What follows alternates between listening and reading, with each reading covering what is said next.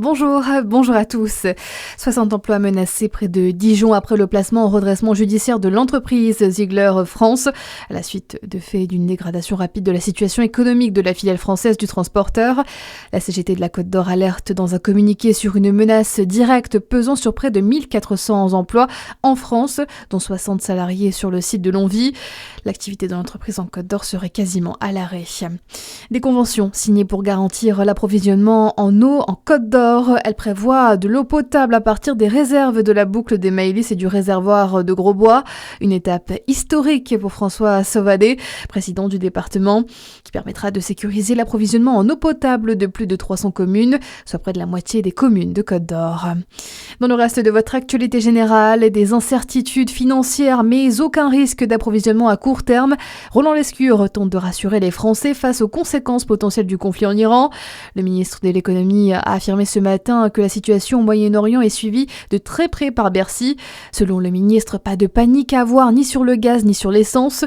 Une cellule de crise se réunit une fois par jour au ministère de l'économie.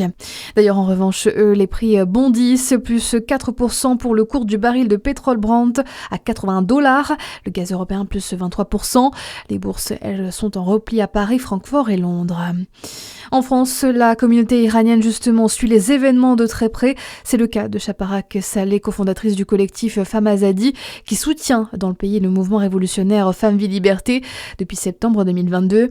Pour elle, le système est plus fragile que jamais et une partie des Iraniens n'attendent plus qu'une chose, sa chute. Les Iraniens scandaient deux choses quand ils sont sortis dans la rue au mois de janvier. Ils demandaient la mort du dictateur et ça, c'est mission accomplie côté américain et côté israélien. Et ils demandaient une deuxième chose qui était le retour de Reza Pahlavi, le fils de l'ancien Shah. Donc ça, c'est la mission qui reste à être accomplie. Tout ce qu'on peut souhaiter, c'est que les États-Unis et Israël maintiennent la pression, que cette période de l'histoire se retrouve dans la poubelle de l'histoire et qu'on n'en entende plus jamais parler.